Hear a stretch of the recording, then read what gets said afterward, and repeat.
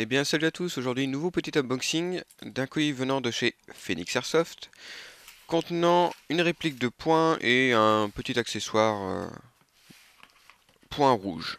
Hop. Alors, comme d'habitude, c'est bien emballé, là-dessus rien à dire. Alors, qu'est-ce qu'on trouve dans la boîte? Alors déjà, il faut savoir que c'était entouré par du papier bulle relativement épais, ça c'est bien chez Phoenix Airsoft. Niveau protection, il lésine pas et c'est plutôt cool. Alors bon, le petit accessoire, donc je peux vous montrer tout de suite, c'est... Alors, hop, un petit point rouge, alors que vous avez déjà vu sur le la COG avec MRDS, pardon, dont je vous ai parlé il y a plusieurs mois déjà. Sauf que cette fois-ci, il est vendu avec le cache parce qu'il faut savoir. Alors, je vais baisser un peu la luminosité. Il faut savoir que sur la COG, le cache n'était pas proposé avec. Alors, je sais pas si c'est un oubli ou pas. Et ces ACOG en fait fonctionnent donc avec une pile, mais également avec la comment dire, il capte la lumière en fait. Donc tant qu'il n'y a rien qui recouvre le point rouge, le MRDS ne peut pas s'éteindre. Ce qui fait que sans le cache, et ben en fait la pile, vous êtes obligé de l'enlever pour pas qu'elle s'use dans le vide. Ce qui est pas très pratique, je vous l'accorde. Et enfin, je pense que ce qui intéressera le plus de monde, la réplique. Enfin, donc la réplique qui n'est autre que le FNX 45, fabriqué par VFC et distribué par Cybergun. Hop, alors, au niveau de la boîte, alors ça c'est marrant, on dirait qu'il y a un emplacement dédié à quelque chose qui n'est pas présent. Hop.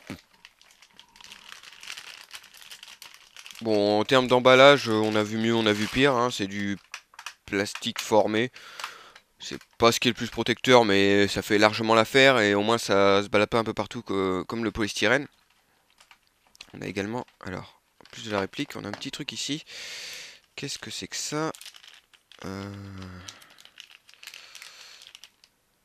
Un autre talon pour la poignée.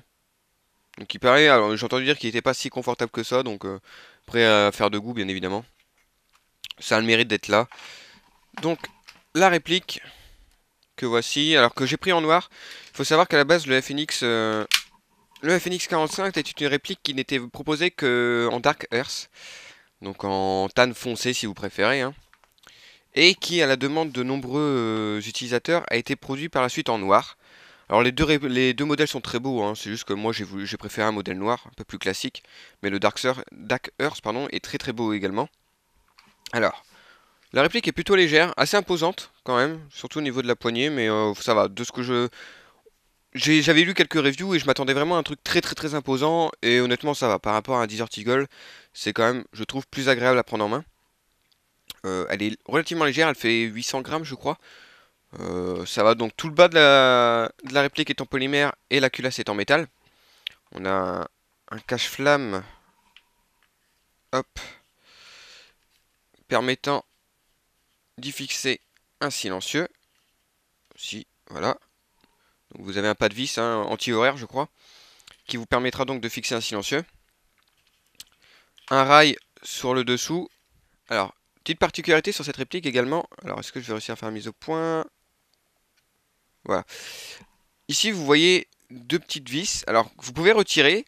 Cette plaque-ci va se retirer et ça laissera accès à un emplacement pour y fixer un point rouge. Le point rouge n'est pas fourni avec la réplique.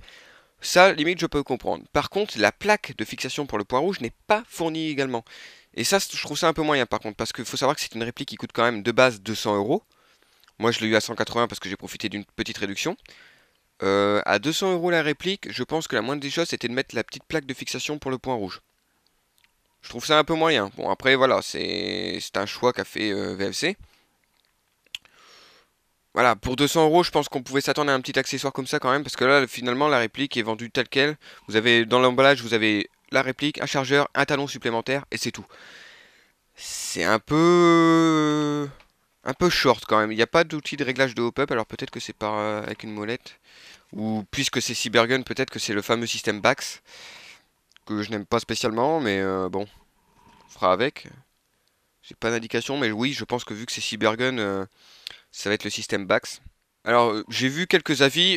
Globalement, la réplique a vraiment séduit le public, lors de sa sortie, hein, elle a plutôt de bonnes performances. Les finitions sont très belles. Bon, après, c'est du VFC, hein, donc clairement, la qualité est là.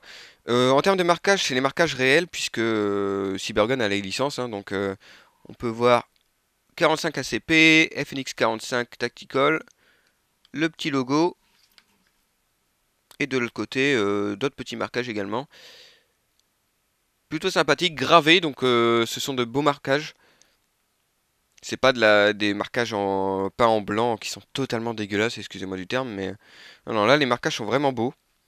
La réplique est belle, honnêtement, clairement, on voit que c'est du VFC.